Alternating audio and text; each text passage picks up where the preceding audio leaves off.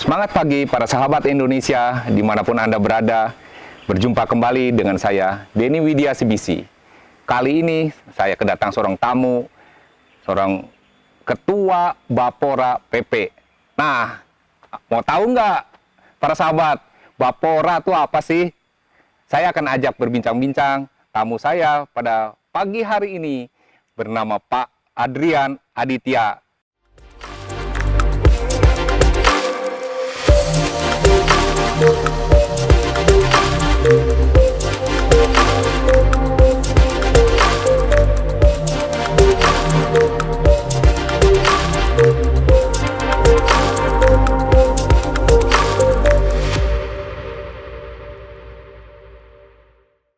Selamat pagi, Pak. Selamat pagi, Pak.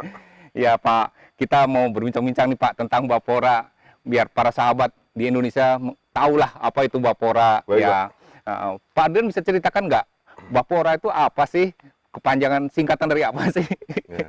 Oke, makasih Pak Denny, makasih. Hai pada sahabat seluruh Indonesia. Baik, Bapora itu Badan Pemuda dan Olahraga, Pak. Oh, Kami ini satu badan yang ada di bawah naungan Pemuda Pancasila. iya. Dan kebetulan saya ada di Kabupaten Bogor. Jadi Bapora yang saya pimpin ini adalah Badan Pemuda dan Olahraga Majelis Pimpinan Cabang Pemuda Pancasila Kabupaten Bogor. Kabupaten Bogor. Kabupaten Bogor. Nah, apa sih tugas kita? Tugas kita Bapora ini yang nggak jauh-jauh dari namanya, Pak. Badan Pemuda dan Olahraga, yaitu kita yang menaungi, memfasilitasi, mengakomodir kegiatan kepemudaan, seni, budaya, dan olahraga, gitu, Iya. Pak. Di Kabupaten Bogor. Iya, iya. Nah, sejak kapan, Pak, Bapora ini ada? Apakah juga di seluruh Indonesia juga ada dari Pemuda Pancasila, kan ada di Indonesia ya, seluruh Ya, Indonesia setahu seluruh saya. Indonesia, Pak, ya. Nah, sejak kapan Bapora ini berdiri dan kemudian juga apakah di setiap cabang di seluruh Pemuda Pancasila seluruh Indonesia itu ada Baporanya? Jadi Bapora itu sendiri badan, sepanjang pengetahuan saya, badan paling termuda lah di Pemuda Pancasila, Oh, Pak. Ya. anak bungsu dulu nih sementara Anak nih. bungsu sementara. Dan Bapora ini sebelumnya sudah ada di wilayah lain, Pak. Oh, Nah, gitu. sedangkan kalau untuk di Kabupaten Bogor sendiri, kita baru ada tahun 2021 kemarin, tepatnya bulan Juni. Tanggal 1 Iya. Juni 2021 kita sudah mulai terbentuk. Iya. Gitu, Pak. Jadi bulan Juni 2021 ya. Juni 2021. Iya, iya. Baru Mau hampir setahun nih, Pak. tahun. Mau Baru setahun ya, tahun. Iya, Pak. Visi misinya apa nih, Pak? Tadi kan Bapak udah jelasin tujuannya nih, ke depannya gitu loh. Apa sih tujuan visi misi dari terbentuknya Bapora ini gitu loh. Oke.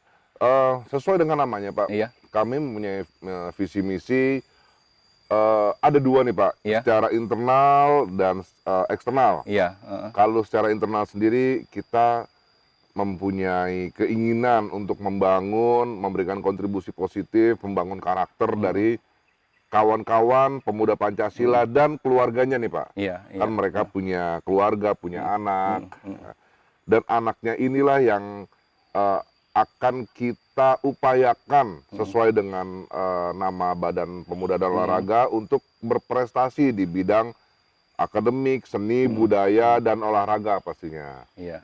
Sedangkan kalau untuk eksternal, kita ingin memberikan satu kontribusi positif pembangunan karakter non-fisik kepada anak-anak generasi muda di Kabupaten Bogor.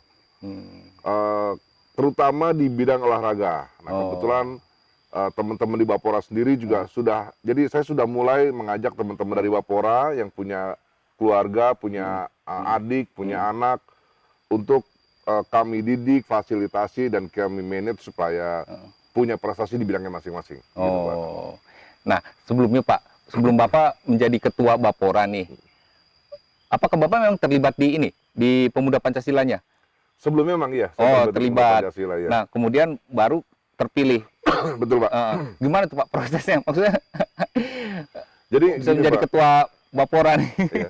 Jadi kebetulan saya dipilih jadi ketua Bapora ini penunjukan langsung oleh ketua MPC saya, Bapak M. Yunus PBA, Iya. ketua MPC Kabupaten Bogor. Nah, mungkin beliau melihat potensi yang ada di tim saya, jadi Iya. saya punya tim karate, Pak. Oh, Ya, awalnya adalah saya punya tim karate, saya bentuk satu tempat latihan atau dojo-dojo karate di beberapa lokasi kelurahan, kecamatan, dan kita sudah mulai punya prestasi tuh Pak. Bahkan anak saya sendiri sudah punya prestasi sampai dengan Asia Tenggara. Wah, luar Gitu, biasa. Pak. Nggak hanya anak saya, Iya. tapi anak-anak dari teman-teman PP yang lain juga pelan-pelan sudah mulai berprestasi, juara di 3, secara bertahap juara 2, juara 1. Nah mungkin di sini Ketua MPC Pemuda Pancasila Kabupaten Bogor, Pak M. Yunus PBA, melihat oh ini ada potensi yang bisa dikembangkan dari sisi olahraga dan seni dan kepemudaan. Makanya beliau minta saya untuk memimpin teman-teman di Pemuda Pancasila untuk bikin satu tim di Bapora. Jadi makanya Bapak ditunjuk ya. Untuk itu saya ditunjuk, Pak. Luar biasa. Para sahabat Indonesia, bagaimana Pak Adrian menjadi ketua Bapora dari Kabupaten Bogor. Nah Pak, setelah Bapak dipilih jadi ketua Bapora nih, kan tentu Bapak membentuk kepengurusan ya di Bapora. Nah, Bapak bisa ceritakan nggak Pak, kepengurusan di Bapora ini ada berapa anggota pengurus yang terlibat, terus apa aja peran mereka? Oke, makasih Pak. Iya. Di Bapora ini, anggota Bapora atau keluarga besar Bapora ini 100% harus anak PP Pak, harus anak pemuda Pancasila. Oh, harus ya. Itu harus Pak. Dan syarat kedua adalah mereka tidak hanya punya willingness untuk memajukan prestasi dari keluarganya masing-masing, tapi mereka juga punya waktu yang bisa diluangkan untuk ngurusin teman-teman di luar sana yang di luar pemuda Pancasila. Seperti misalkan gini Pak, kita sewaktu mengadakan event olahraga, pasti kan nggak hanya untuk anak-anak PP aja Pak. Terbuka untuk umum ya. Terbuka untuk umum. Nah, mereka yang juara-juara ini, yang masyarakat umum yang juara ini, mereka kan pasti akan kita bina. Paling tidak Pak, sekarang kan mau masuk sekolah, mau masuk SMA, mau masuk SD, SMP, lebih gampang pakai jalur prestasi Pak. Betul. Ya. Dan mereka ini yang kita bantu supaya anak-anaknya yang juara itu bisa masuk ke sekolah idaman, sekolah impian mereka melalui jalur prestasi, gitu Pak. Nah, kemudian bagaimana Pak? Maksudnya kan tadi harus ini ya, pengurus itu harus dari pemuda Pancasila, Ya, betul. anggotanya pemuda Pancasila ya. Nah, kalau orang luar misalnya mau terlibat, kan Bapora ini adakan pelatihan-pelatihan Ya, kan. betul, Pak. Nah, bagaimana cara mereka nih untuk orang-orang luar ya, di luar yang anggota yang pemuda Pancasila, kalau mau terlibat gitu, mereka mau ikut latihan karate atau apa aja yang Bapak adakan nanti itu? Untuk program pelatihan kan kita nggak hanya karate, tapi ada karate, ada silat, ada badminton, ada sepak bola. Itu kalau yang kita adakan klub-klub olahraga itu orang luar boleh masuk. Jadi itu untuk umum ya? Untuk kalau umum. Untuk masuk, boleh Jadi masuk. bukannya hanya anggota PP aja? Iya, betul. Nah, keuntungannya jika jadi anggota PP, itu akan kita ada subsidi beberapa biaya, misalkan biaya ikut pertandingan, biaya ikut kejuaraan, biaya ikut ujian, gitu ada subsidi dari kita. Nah, syaratnya ya kalau ingin masuk ke pengurusan ya harus jadi anggota PP dulu. Iya, Pak. iya. Gitu. Kalau pengurus jadi anggota PP, Iya, tapi harus kalau ber-KTA PP. ber-KTA. Nah, kalau hanya member klub enggak sih ya? Enggak. Oke. Jadi para sahabat, kalau mau bagi yang terutama yang tinggal di daerah Kabupaten Bogor nih Pak ya. Iya, betul Pak. Nanti mereka bisa menghubungi siapa tuh Pak kalau mau ini? Mau bisa langsung bisa. Oh, Pak. bisa ya Pak. Bisa, Pak. Nanti dicantumkan boleh nih ya, nomor handphone ya. Nanti saya cantumkan nomor handphone Pak Adrian nih di sini ya. Nanti teman-teman bisa lihat nih. Kalau misalnya, oh ternyata anak saya nih punya bakat di karate atau tadi di silat, di badminton nih Pak ya. Mereka sekarang nggak tahu nih mau disalurkan kemana. Nah, bisa lewat Pak Adrian. Nah, Pak Adrian ini Ketua Bapora Badan Pemuda dan Olahraga di Kabupaten Bogor dari Pemuda Pancasila. Nah, kemudian Pak, prestasinya apa aja nih Pak yang udah diciptakan nih selama 1 tahun ini nih ya? Kalau dari sisi atlet, memang kita kan kurang lebih 1 tahun ya Pak ya. masih Ya masih baik lah ya. episode ini ya.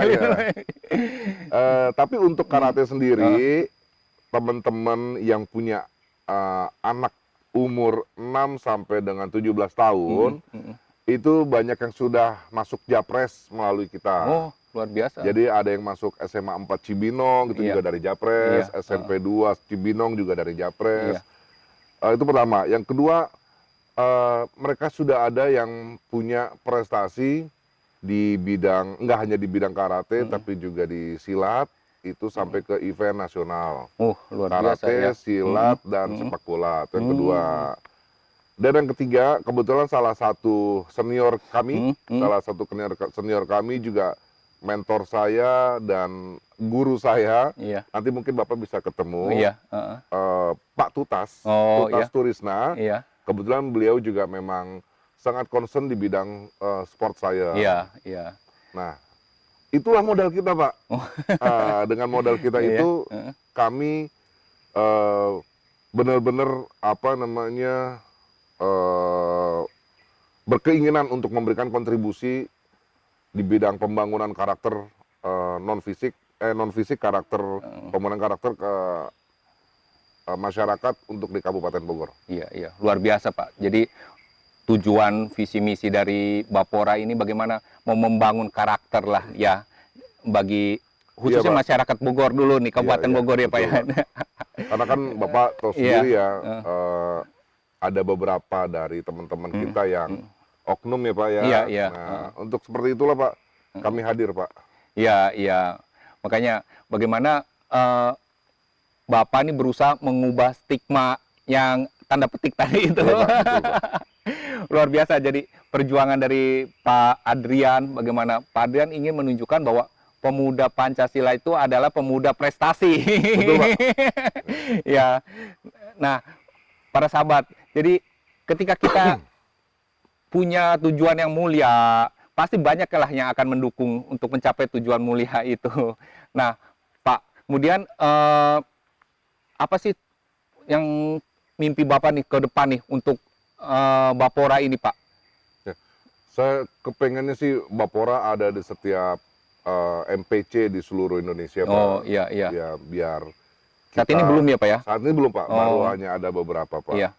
Ya, biar pemuda Pancasila juga punya andil di pembentukan dan peningkatan atlet-atlet di Indonesia, Pak. Iya. Karena terus terang beberapa waktu lalu kami sudah dipanggil sama instansi di pemerintahan yang memang ngurusin masalah olahraga. Iya. Dan mereka sendiri berharap, ayo dong, bantu dong Bapora. Bapora kan punya atlet gitu. Iya. Kita nggak punya atlet nih gitu. Iya. Bisa bantukan di Porda. Nah, Iya. tujuan saya juga nanti ke sana, Pak. Oh.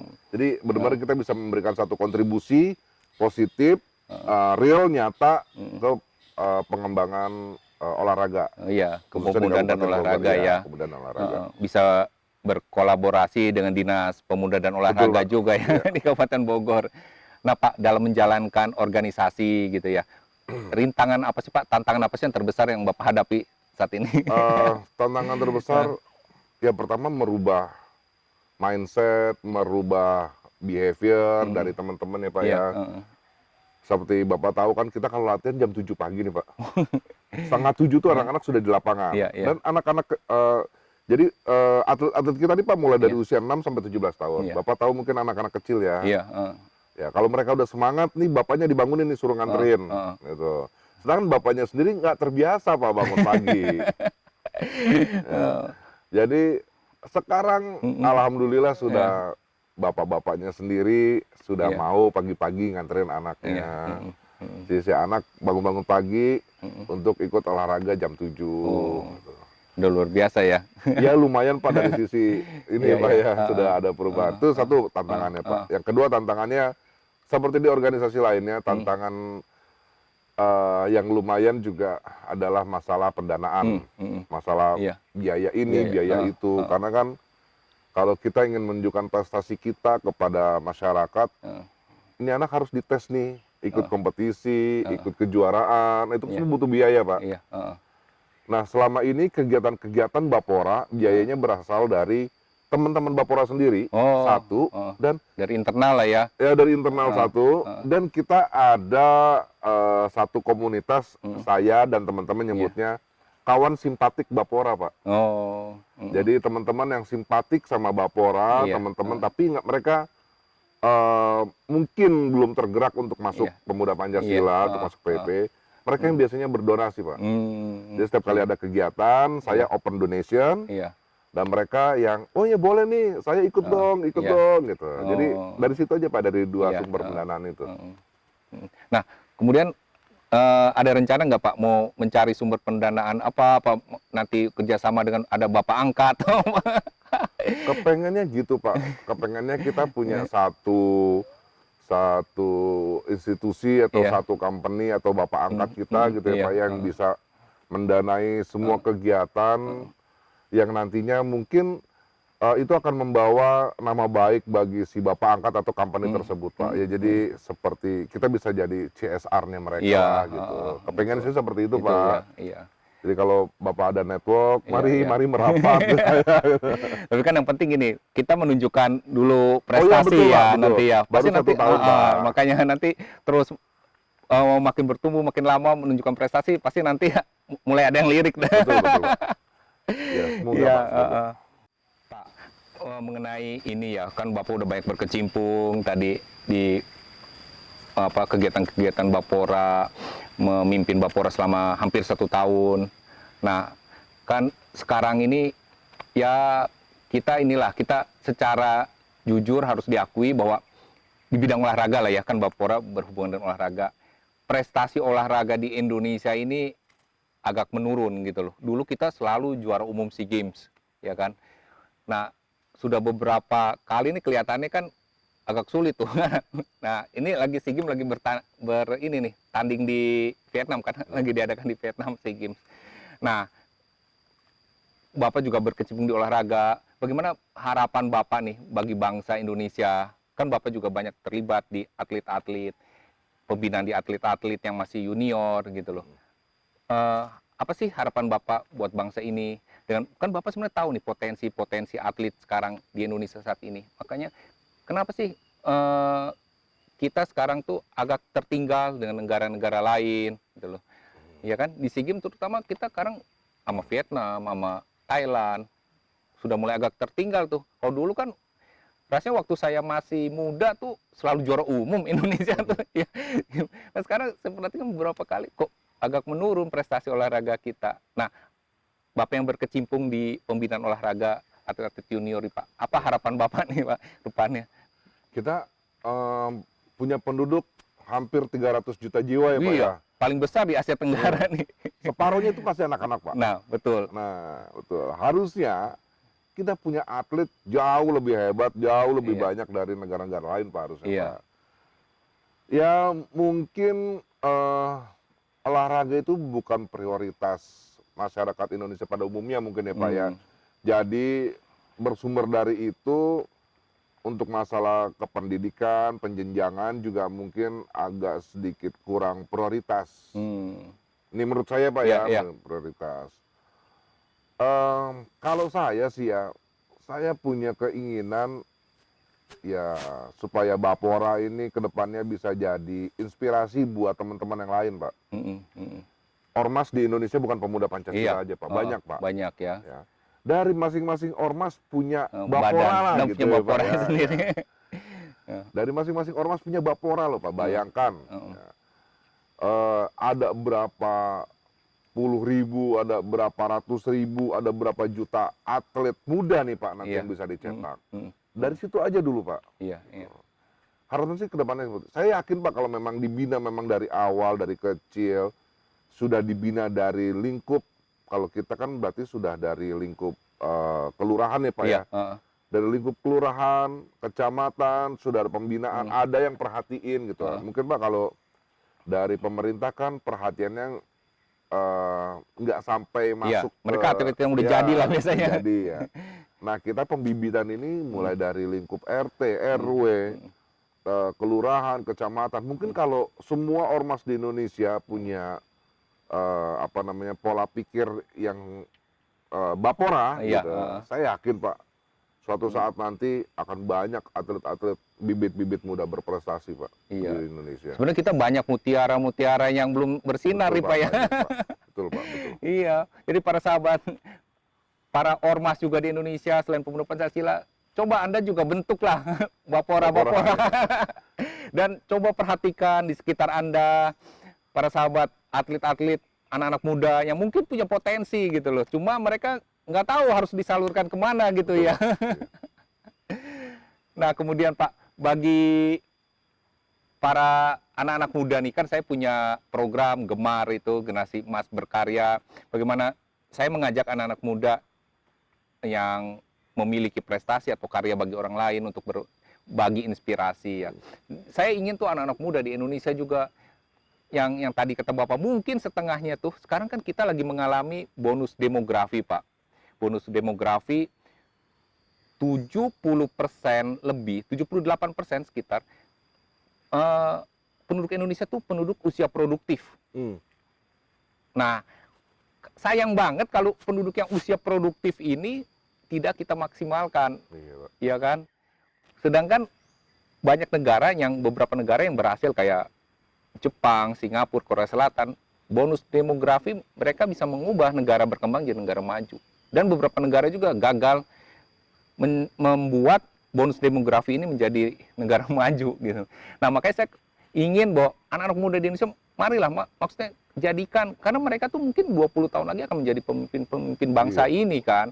Mereka yang akan memimpin bangsa ini. Nah, kalau mereka sekarang menjadi generasi unggul, generasi emas yang bisa berkarya, berprestasi, tentu mereka akan menjadi pemimpin juga nanti yang bisa berkarya dan berprestasi bagi bangsa, berkualitas, menjadi sumber daya manusia yang unggul. Nah, Pak, ada pesan-pesan dari Bapak nggak buat anak-anak muda di Indonesia ini agar mereka bisa menjadi anak muda yang berprestasi dan unggul, berkarya, berprestasi, punya kualitas yang baik lah. Setiap individu, Pak, yang punya sifat atau kelakuan yang buruk sekalipun, itu pasti ada sisi baiknya, Pak. Betul. Pasti ada setidaknya satu bulir jagung kebaikan dalam diri individu. Pasti ada setiap manusia Pasti itu ya. ada, Pak, betul, Pak. Nah, mungkin pesan-pesan, bukan pesannya, Pak, ya. Mungkin saya punya ekspektasi kepada generasi muda di Indonesia. Mereka mungkin bisa melihat ke diri mereka sendiri, bulir jagung kebaikan itu adanya di mana gitu, Pak. Sehingga mereka bisa kembangkan itu, Pak. Jangan hanya mereka, kadang-kadang saya suka sedih ya kedengaran anak-anak muda, gue mah bisa apa, gue cuma tukang parkir, gue cuma kuli, gue cuma anak putus sekolah. Jangan salah. Mereka mengkerdilkan diri mereka sebenarnya, Pak. ya. Yang putus sekolah sudah bisa jadi menteri, Pak. Iya, betul. Nah, jadi nggak ada itu ya. Aduh, gue mah nggak ada sisi baik gue. Gue pulang malam begadang, nongkrong, mabok, ngapain? Apa yang bisa didapat dari diri gue? Enggak gitu. Setiap orang sebulir biji jagung pun pasti ada sisi atau nilai kebaikan dalam dirinya. Itu yang harus dicari, Pak. Jadi saya serahkan ke masing-masing teman-teman generasi muda. Coba cari bulir jagung yang ada di diri kalian itu ada di mana, itu yang dikembangkan. Saya rasa dari setiap individu punya satu bulir jagung, 300 juta manusia di Indonesia, bulir jagungnya udah berapa banyak tuh, Pak? Iya. Dan itu kalau itu aja berkembang ya. Ya betul, Pak, itu aja yang harus dikembangkan. Nggak usah muluk-muluk deh, dan nggak usah berpikiran saya nggak berguna, saya nggak punya potensi, saya pemalas, saya putus sekolah, saya miskin. Nggak ada istilah itu. Banyak kok buktinya yang putus sekolah, pemalas, miskin, bisa jadi orang. Iya, bisa berhasil ya. Iya, karena mereka bisa menemukan bulir jagung tadi, Pak. Luar biasa ya. Kalau ketika kita bisa menemukan itu, bisa mengubah hidup kita ya, betul, Pak ya. Pak, betul. Saya yakin itu. Iya, benar. Pak, kemudian tadi kan pesan buat anak-anak muda nih, Pak. Nah, sekarang buat para orang tua, Pak. Kan Bapak juga udah sebagai orang tua, punya anak ya, udah punya pengalaman. Bagaimana sih peran orang tua bagi justru untuk menciptakan generasi emasnya ini? Baik, Pak. Karena kalau anak muda ini nggak didukung orang tua pun kan mereka akan mengalami suatu kesulitan juga menurut saya ya. Beda dengan orang tua kita zaman kita kecil Iya, dulu Pak ya. Mereka kan udah beda generasi. ya, mereka maunya harus jadi ini, harus Iya. jadi ini, harus jadi ini. Nah, kita nggak punya keinginan untuk jadi A, disuruh jadi A. Gitu. Nah sekarang sih kayaknya sudah berubah nih. Jadi saya minta nih saran saya untuk kawan-kawan segenerasi saya nih, segenerasi kita Pak. Iya, iya. Support deh keinginan anak-anak kita, kebisaan anak-anak kita, support juga mereka punya talenta dan skill sepanjang tidak menyalahi norma-norma dan aturan-aturan serta sisi keagamaan, norma-norma masyarakat, norma-norma kebaikan, sepanjang tidak menyimpang itu dukung. Iya. Karena sekarang mau jadi apapun harusnya sudah bisa Pak. Dari zaman kita dulu yang kayaknya kita ini prestasi apa ya, ini jabatan apa, ini posisi apa, sekarang buktinya ada Pak. Iya. Sekarang buktinya bisa menghasilkan juga. Iya. Gitu.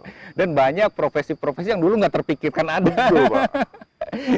Iya, luar biasa. Jadi para sahabat, para orang tua, para anak muda, bagaimana pesan dari Pak Adrian ya, bagaimana gali potensi Anda, sebulir jagung pun akan bisa menghasilkan tumbuhan yang luar biasa berkembang. Dan para orang tua, mari dukung anak-anak Anda. Jangan paksakan hanya kehendak Anda. Kadang-kadang orang tua Betul, Pak. maksakan kehendaknya. Orang tua yang bahagia, anaknya belum tentu. Iya, betul Pak. Nah, para sahabat, bagaimana perbincangan saya pada hari ini bersama Pak Adrian, Ketua Bapora Pemuda Pancasila, Badan Pemuda dan Olahraga Pemuda Pancasila Kabupaten Bogor. Beliau menjadi Ketua Bapora ini sudah hampir 1 tahun. Bagaimana beliau banyak mulai memberikan prestasi bagi anak-anak muda, menggali prestasi bagi anak-anak muda, mengajak anak-anak muda untuk terlibat dalam banyak hal, untuk menjadi pemuda prestasi. Jadi Pancasila, PP, Pemuda Pancasila, Pemuda Prestasi. Nah, bagi Anda yang suka dengan obrolan kami, video ini silakan like, subscribe, dan berikan komen, dan tolong share pada masyarakat di Indonesia agar mereka juga mendapat inspirasi-inspirasi dari cerita-cerita kami, cerita-cerita narasumber saya, dan sampai jumpa di episode berikutnya. Para sahabat, saya telah menulis 8 buku, dan ini adalah buku saya yang ke-8, sebuah novel berjudul Menembus Waktu. Ini kisah nyata perjalanan hidup saya dari kecil sampai dengan saat ini. Ini akan saya berikan sebagai souvenir buat Pak Adrian yang pada hari ini telah menjadi narasumber saya. Ini Pak Adrian, buku dari saya buat Bapak, silakan dibaca Pak. Ini kisah nyata Kisah Pak nyata, Denny ya? iya, perjalanan hidup saya nih Pak. Luar biasa, Dalam Pak. bentuk novel Pak. Baik, baik Pak, terima kasih. Oke Pak, selamat membaca buku ini.